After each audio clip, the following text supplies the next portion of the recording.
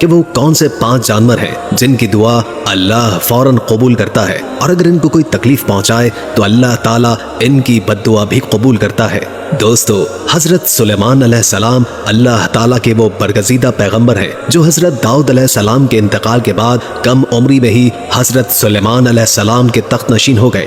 آپ کا سلسلہ نسب حضرت ابراہیم علیہ السلام سے ملتا ہے، اور اللہ تعالیٰ نے حضرت سلیمان کو بہت سے معجزے عطا فرمائے تھے، جن میں سے چند یہ ہیں۔ نمبر 1، ایک ایسی عظیم بادشاہت جو ان سے پہلے کبھی کسی کو نصیب نہیں ہوئی اور نہ ہی ان کے بعد کسی کو میسر آئی۔ نمبر 2، انسانوں کے علاوہ جن اور شیاطین کو بھی آپ کے تابع کر دیا گیا تھا۔ نمبر 3، ہوا کو بھی حضرت سلیمان علیہ السلام کے تابع کر دیا گیا۔ حضرت سلیمان علیہ السلام اپنے تخت پر بیٹھ کر 1 ماہ کی مسافت صبح و شام میں طے کر لیا کرتے تھے۔ نمبر 4، ان کے لیے پگھلے ہوئے تانبے کا چشمہ جاری کر لیا گیا۔ نمبر 5، ہر طرح کے جانوروں کو نہ صرف آپ علیہ السلام کا فرما بردار کر لیا گیا بلکہ ان کی بولی سمجھنے اور بولنے کی صلاحیت بھی عطا فرمائی۔ دوستو، حضرت سلیمان علیہ السلام فرماتے ہیں کہ جانور اور پرندوں میں سے کچھ ایسے ہیں کہ جن کی دعا اللہ تعالیٰ فوراً قبول کرتا ہے، اور اگر کوئی انسان ان پر ظلم کرے تو پھر اللہ تعالیٰ ان کی بد دعا بھی فوراً قبول کر لیتا ہے۔ حضرت سلیمان علیہ السلام فرماتے ہیں کہ میں نے بہت سے انسانوں کو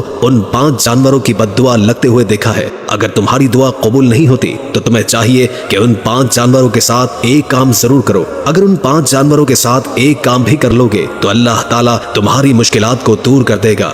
دوستو، یہ 5 جانور یا پرندے کون سے ہیں جن کے بارے میں حضرت سلیمان علیہ السلام کا یہ مشہور قول موجود ہے؟ ایک مرتبہ حضرت سلیمان علیہ السلام کو اطلاع ملی کہ کسی نے کتوں کو زہر دے کر مار دیا ہے۔ آپ فوراً اس کے گھر پہنچ گئے۔ جب اس وقت کے شہنشاہ اور نبی کو اپنے گھر میں دیکھا تو بہت خوش ہوا اور خدمت میں لگ گیا۔ وہ شخص کہنے لگا، اے اللہ کے نبی، آپ نے آنے کی زحمت کیوں کی؟ آپ مجھے حکم کر دیتے تو میں سر کے بل چل کر آپ کی خدمت میں حاضر ہو جاتا۔ حضرت سلیمان علیہ السلام نے اس بندے سے کہا، اپنے سارے گاؤں والوں کو اکٹھا کر لو، میں تمہیں ایک بات بتانے والا ہوں۔ اگر تم میری بات پر عمل کرو گے تو تمہاری آنے والی نسل سنور جائے گی، اور اگر تم میری باتوں پر عمل نہیں کرو گے تو تمہاری آنے والی نسل تباہ و برباد ہو جائے گی۔ چنانچہ اس آدمی نے تمام گاؤں والوں کو اکٹھا کیا۔ جب سارے اکٹھے ہو گئے تو حضرت سلیمان علیہ السلام نے فرمایا کہ 5 جانور اور پرندے ہیں جن کی دعا اور بد دعا اللہ تعالیٰ فوراً قبول کر لیتا ہے۔ نمبر 1، حضرت سلیمان علیہ السلام نے فرمایا کہ کبوتر ایک ایسا پرندہ ہے جو اللہ تعالیٰ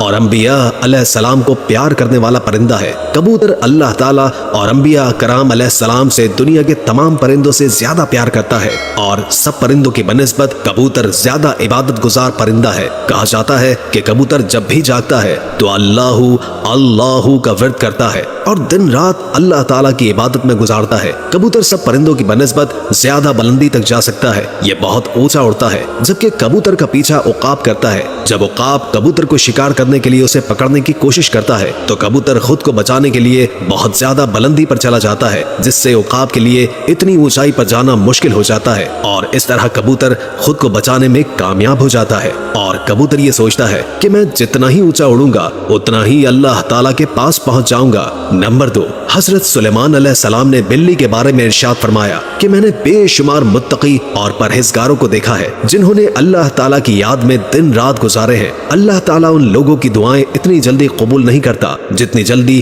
بلی کی دعا کو قبول کرتا ہے۔ بلی کی دعا اور بد دعا بہت ہی جلد قبول ہو جاتی ہے۔ بلی کی دعا میں بہت اثر ہے۔ بلی جس شخص کو دعا دے دے وہ شخص کامیاب ہو جاتا ہے۔ اس کے ساتھ ہی بلی کی بد دعا بہت ہی بری ہوتی ہے۔ جس شخص کو بھی بلی بد دعا دے دے تو اس کی دنیا و آخرت دونوں برباد ہو جاتی ہیں۔ حدیث میں آتا ہے کہ رسول اللہ صلی اللہ علیہ وآلہ وسلم فرماتے ہیں، ایک عورت نے ایک بلی کو باندھے رکھا، نہ اس کو اس عورت نے کھانے پینے کو کچھ دیا اور نہ ہی اس کو کھلا چھوڑا تاکہ وہ کچھ کھا پی سکے۔ چنانچہ اسی وجہ سے وہ بھوکی پیاسی مر گئی، اور اسی وجہ سے اللہ تبارک و تعالیٰ نے اس کو جہنم میں داخل فرما دیا۔ یعنی کہ بلی کو اس طرح گھر میں رکھنا کہ اس کو کھانے پینے کے لیے کچھ بھی نہ دینا اور نہ ہی وہ خود کچھ کھا پی سکے، تو ایسے شخص کا ٹھکانہ صرف جہنم ہی ہوگا۔ نمبر 3، پھر حضرت سلیمان علیہ السلام نے فرمایا کہ چڑیا ایک ایسا پرندہ ہے جس کو اللہ تعالیٰ نے بہت پسند فرمایا ہے۔ حضرت سلیمان علیہ السلام نے چڑیا کی 3 خصوصیات بیان کی ہیں۔ نمبر 1، جب چڑیا صبح سویرے اٹھتی ہے تو اللہ تعالیٰ کی حمد و ثنا کرتی ہے۔